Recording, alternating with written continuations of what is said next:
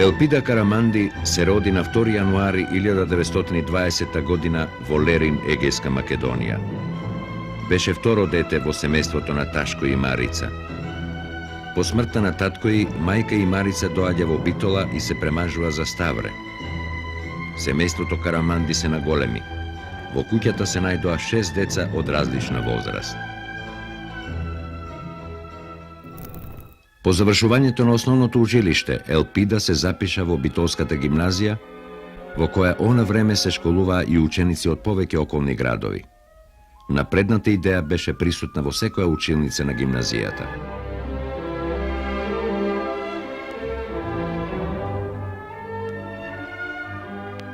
Како девојчина од 13-14 години се имаме сретнато прв пат и запознајно.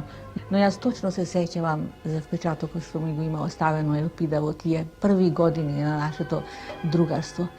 Елпида беше уште тогаш една многу хармонична личност. Во секој поглед.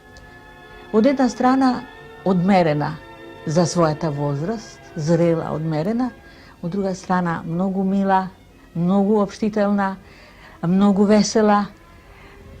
Елпида беше една од најсолидните ученички. А најмногу ми останала во осеќавање од тие денови од една екскурзија што ја имавме, една училишна екскурзија во Кратово, Злетово, Лесново.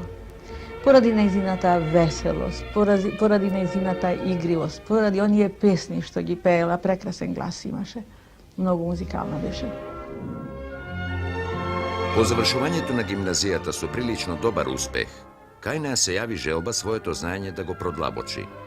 И во 1938 година заминува во Белград, каде што се запишува на Филозофскиот факултет, кој беше расадник на прогресивната југословенска мисла. Таму веднаш се вклучи во напредното студентско движење.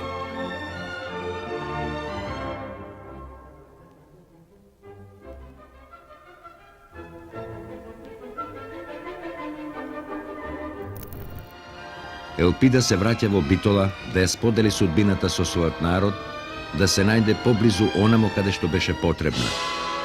Веднаш се приклучува кон веќе организираното движење во Битола и почнува да работи со женската младина и жените од градот и околните села.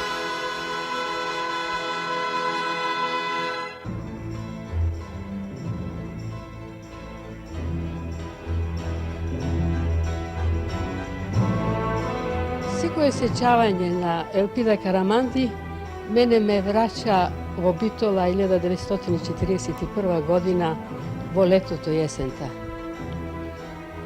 Во женската набавувачка задруга ја сретнав Пида.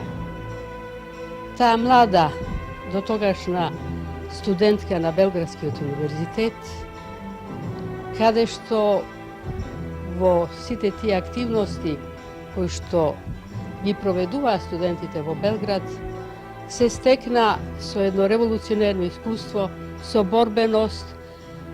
Таа иста борбеност, тој елан што го стекна тамо, таја го пренесуваше и на своите нови другарки тука во Битола, на младинките и жените, членките на набавувачката кооперација. Со својата благост, со својата дружелюбивост, со својата пристапност, таа многу лесно задобиваше нови пријателки и многу лесно се здобиваше со авторитет и со љубов кај младинките и кај жените на набавувачката задруга. Од тука не е ништо чудно што Елпида можеше да има такво влијание на тие жени, што можеше во секој момент да ги поведе во акции, во активности кои што тогаш партијата ги превзимаше во Битола. Нејзиното мало, кај што живееше, стана центар на приготвување на зимница, плетење чорапи, собирање разни материјали за партизани кои што требаше да се исфрлат во Битола. Немаше повесел и порадосен од Елпида оној ден кога беше примена во партиските редови. Од тогаш уште повеќе ја засилува својата револуционерна работа. По разгромот на Југославија и идењето на окупаторите, германски и потоа бугарски, развивме дејност за ширење на партиската организација во Битола. Не знам дали веќе на првиот состанок на местниот комитет или на еден од првите, во секој случај по претходен договор со Стив Наумов, кој што неа многу добро ја знаеше, беше наш другар и од гимназијата и од студентското движење. Елпида беше кандидирана и влезе во така наречената кандидатска ќелија заедно со уште некои другари интелектуалци. Да ви кажам, со тоа и запре нашето дружење. Од конспиративни причини ние веќе не можевме да се среќаваме. Но Пида не остана незабележена од бугарските агенти. Наскоро беше уапсена. Полицијата и ја загуби трагата на Елпида. Таја не подозираше дека една старица забрадена со црна шамија, со еден црн шал наметнат преку плечи, која што се движеше по споредните улици на Битола, покрај Курделес и на други места, дека не беше никој друг, ами Елпида Караман. По една приквечерина, некаде во рана пролет, можеби меѓу зимото и пролета, случајно одев по една улица и една селанка ми се доближе.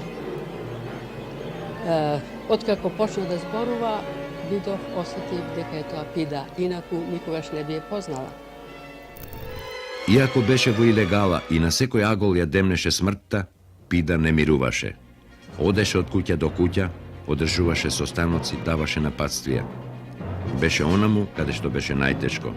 Честопати заради конспирација ги минуваше и легалните станови.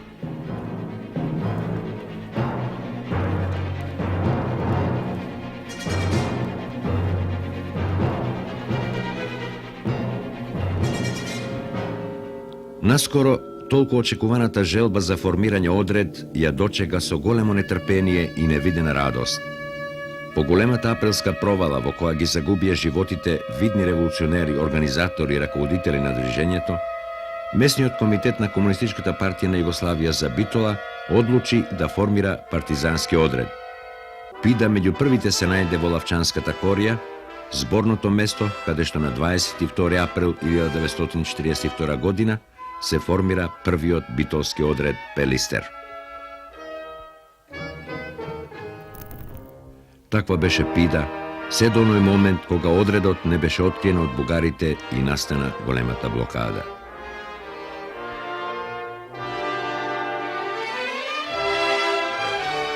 За време на борбата, кога не пристигна, заправо кога не опколија бугарските фашисти, беше тоа сила. Ние, с обзиром да бевме останати 13 души, они беа негде, како чув, после 500-600, тоа околе селата бучеше од камиони, од моторизација, полиција, војска, наоружани, и отворија огин. Јасно, ние моравме да прифатиме борба, се боревме. Елпида беше ранета меѓу првите.